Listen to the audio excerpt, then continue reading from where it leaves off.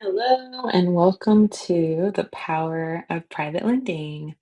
This presentation is about building wealth without tenants, toilets, or the stock market. Now, don't get me wrong, I love tenants, toilets, and the stock market, but as soon as I discovered private lending, honestly, I just couldn't stop. So, I'm excited to share with you and just sit back, relax, and open your mind.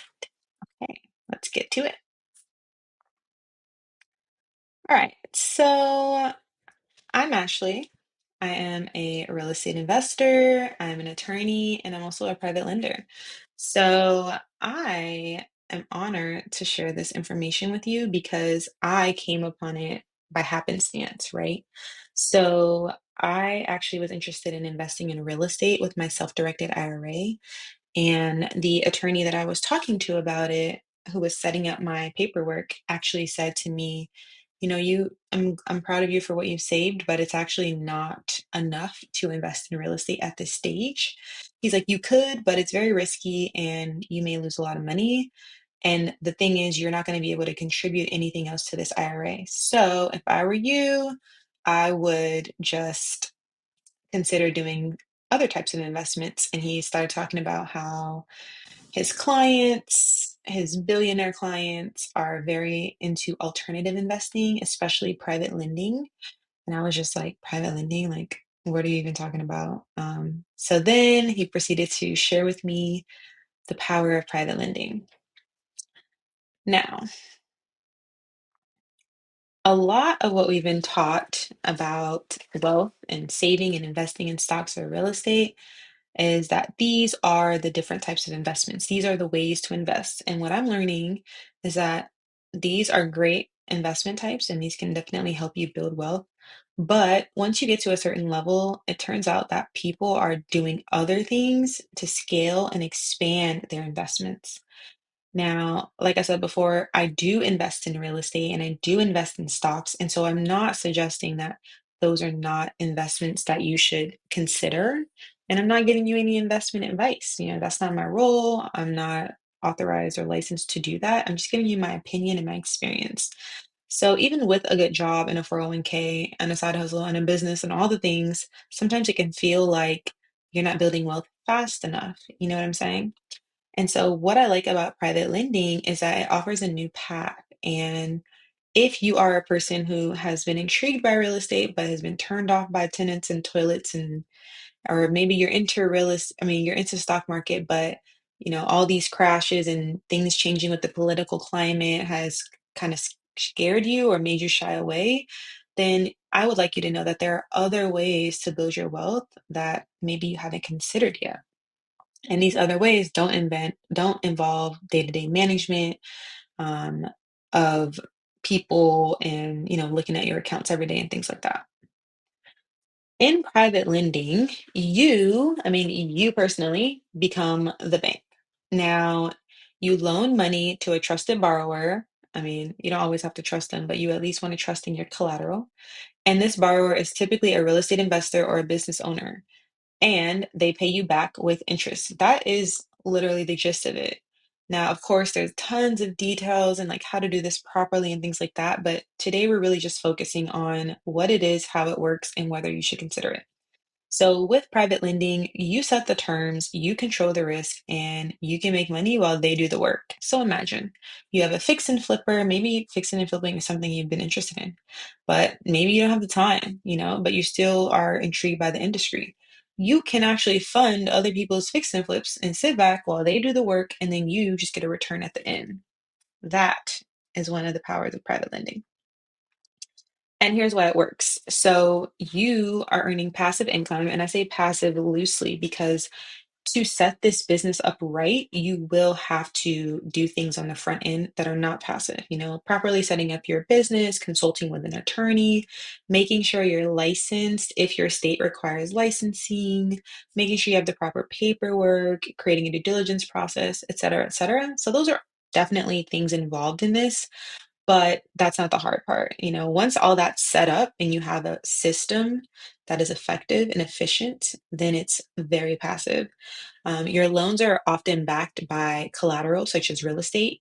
You get paid interest either upfront or monthly or all at the end. I mean, you set the rules and you decide who you want to work with, whether you want to work with them at all, how you want to work with them, of course, within legal guidelines. And honestly, to me, this is one of the safest and smartest ways to grow your money if you're doing it right. Most people think that you need a ton of money to get started. So this is one of the biggest questions I get, like, well, how much do I need to even get started in private lending? Now, I've heard people say, like, oh, you probably need hundreds of thousands of dollars because, and I think what it is they're hearing people say, like, well, you become the bank. And that's true, but you don't actually need a ton of money to get started in private lending. I have had people request loans for as low as $2,000. Personally, I've done a loan for 3,000. That was the lowest loan I've ever done. And you don't necessarily need a complicated structure. I mean, you can take the savings that you already have and turn that into your private lending fund. Now, you can also use a business that you already have and give out loans from your business. Of course, this is all within legal guidelines. I've also heard of people taking borrowed funds and using that to do private lending. Some people lend on zero interest credit cards, some people lend on credit cards that have regular interest. I'm never going to say that I advocate for that, but people do it. Some people lend from their lines of credit or their home equity line of credit. I think the best possible way is lending from your Roth IRA, and there's a specific way to do that. But that's just to let you know, like people do this in a lot of different ways. Now, the self-directed Roth IRA is one of the most powerful ways to get started in private lending, but not even just private lending. Like you can do a ton of different types of investing with a self-directed Roth IRA.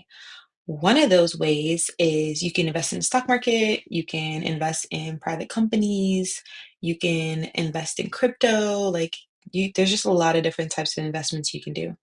Now, a self-directed Roth IRA, and there's also traditional ones, but my preference is the Roth because that's going to grow tax-free. Now, the self-directed Roth IRA is a special kind of retirement account that lets you invest in alternative assets like real estate, promissory notes, which is similar to private loans. Now, people may ask, like, well, how do you get this self-directed IRA? One of the main ways that people get this is by rolling over their old 401k from their last job. Now, this is actually what I did. So when I went to that attorney and I was setting up my self-directed IRA, I was rolling over a 401k from my previous job. And I had this idea like, oh, I had learned about self-directed IRAs and I was like, ooh, I'm going to use my self-directed IRA to invest in real estate because I had already been investing in real estate. And, funding is always a challenge when you're investing in real estate. And so I was like, oh, this is perfect. I can use this money for that. And so that's how I got started and I love it. And the best part is because I took a Roth 401k and rolled it into my Roth self-directed IRA, it continues to grow tax free. It's beautiful. So imagine, you give out a loan and you get your profit and it's not even taxed. It's amazing. Now, of course, you cannot access it until you're of retirement age, but it's still better than growing at a very slow rate and not seeing your account grow that fast. And it's nice to have the autonomy and power to grow your own investments. Okay, let's do a scenario. So let's say that you roll $25,000 from a 401k from an old job that you're no longer working at into a self-directed IRA. And let's say that you know someone, a fix and flipper, and they need money for a project.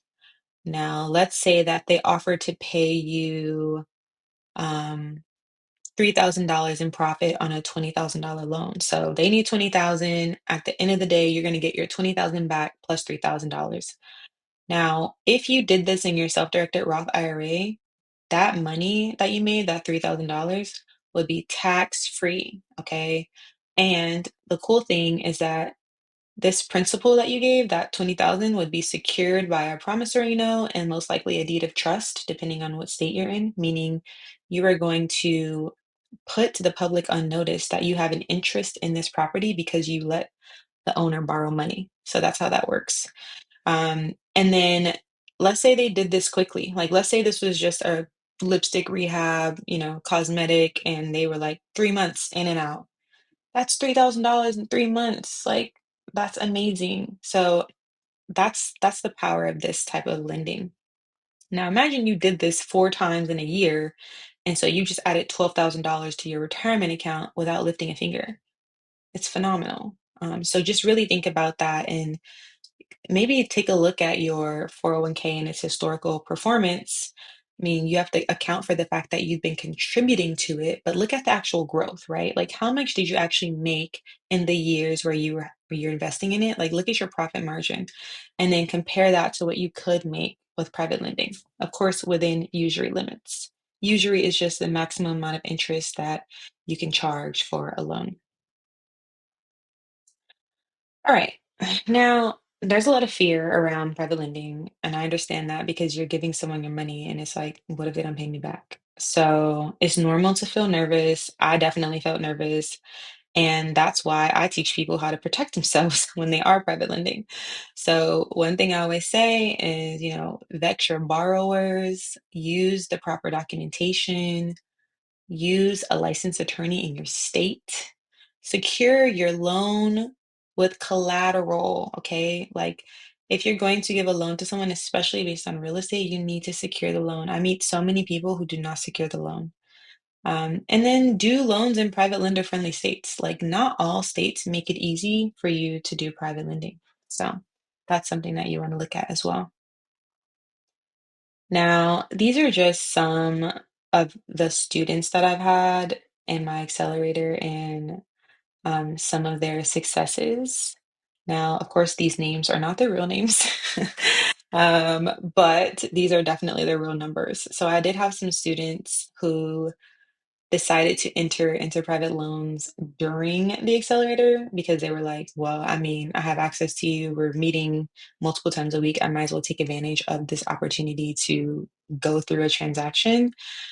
So these are some of their numbers, but of course, none of this is guaranteed. A lot of students actually don't do a loan within the accelerator.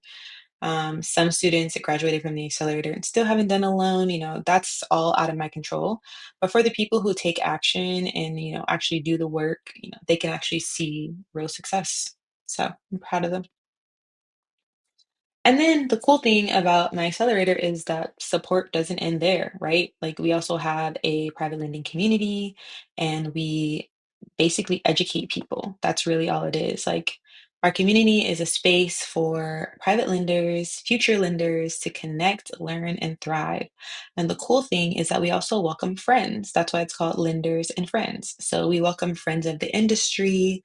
We welcome people who are looking for funding. We don't connect people with funding, but people who want to come into our community who are looking for funding are welcome. We of course have community guidelines, and we don't want to make this like a spammy place where you're always asking for funding or always trying to, wholesale a deal or something like that. But yeah, we definitely welcome people who are not necessarily private lenders. So this is a screenshot of our website as it is now, but I will be changing it. I got some feedback and was told that it's not the best. So definitely gonna fix that. But that's me on the left and that's Sam on the right. And we both lead this community together. My specialty in private lending is fix and flippers and loans to general contractors, whereas Sam specializes in equipment financing and business funding. Now we have a free membership and it kind of gets you in the door. And we have a free course on how to lend from your savings account. But for our paid members, they get access to some of our templates, our skill sessions, our weekly office hours, discounted event access, discounted course access, and more. So this is our digital space for lenders and friends. And you, of course, are invited. Just check out the link in the description. In terms of the accelerator, our next one is actually in August of 2025. We are currently in May of 2025, and the accelerator is live and in action. Okay. It's only happening once a quarter. Max number of students is 15 because it's very individual. So before the accelerator starts, I meet one-on-one for 2 hours with each student just to make sure that they're all set up, all their questions are answered, they feel prepared to jump into this. I address any concerns. This is all before the accelerator starts. And then when the accelerator actually happens, we have weekly sessions. So we have twice a week sessions for 1.5 hours each meeting. Of course, they get access to replays. I give them templates, scripts, and legal documents. The cool thing about the accelerator is that students actually get access to the community for free for a year. Um, that's one super awesome thing. So you can always join the community for free and see if that's something you're interested in. Do not use these QR codes, except, I mean, you can use the one on the right, but the one on the left is completely outdated because that was for May. And we're now in May already, and so we're really preparing for August. But I will include the link in the description if you want more information about the next accelerator. But if this resonated with you, don't let the momentum fade. Here's what you can do next. You can always join the Lenders and Friends community. It's free to start, so don't worry. You can DM me in the community. You can schedule a call with this QR code or by, using our booking link to learn more about the August Accelerator or about the community. And yeah, I would love to walk this journey with you. And thank you for listening.